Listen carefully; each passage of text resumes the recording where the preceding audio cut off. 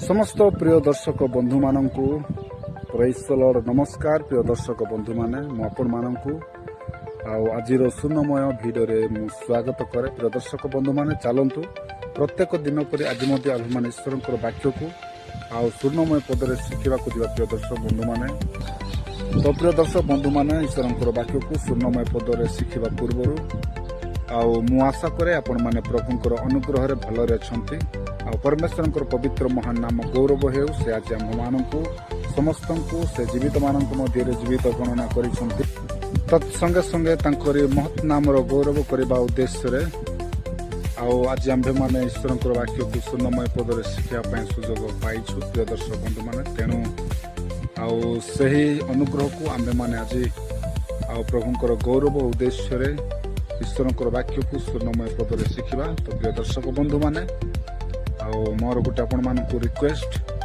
दयापूर्वक आपण माने मो चैनल को सब्सक्राइब करंतु जदि जाय सब्सक्राइब करे नाहंती जदि आपण मानक एपरी वीडियो माध्यम रे ईश्वरंकर वाक्य को सुनमय पदर शिखिया पई जदि भल लागुछि तेबे आपण मानक सम्मुखरे जो वीडियो आसु अछि से वीडियो को आपण माने लाइक करिया पई भूलिबे नाही आ जदि भल लागिला तेबे अन्य लोक मानक मध्ये शेयर करंतु आ केमिति लागुछि एपरी वीडियो माध्यम रे ईश्वरंकर वाक्य को सुनमय पदरे शिखिया पई ताहा मध्ये आपण माने कमेंट माध्यम रे आपण मानकर मतामत जणाइबाकू हेबे। तो प्रिय दर्शक बंधु माने चलंतु डेरी करबा नाही आजिर सुनमय पद को माने स्टार्ट करबा।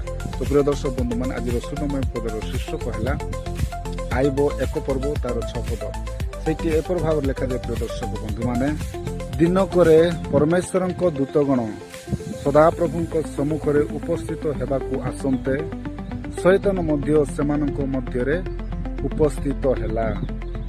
हाँ प्रिय दर्शक बंधु माने आज सुनमय पदर शीर्षक यह थिला। मु आशा करे आपण माने एही वीडियो को आज सुनमय पद को शिखिबा उद्देश्य रे देखि आज सुनमय पद को आपण माने शिखिछंती।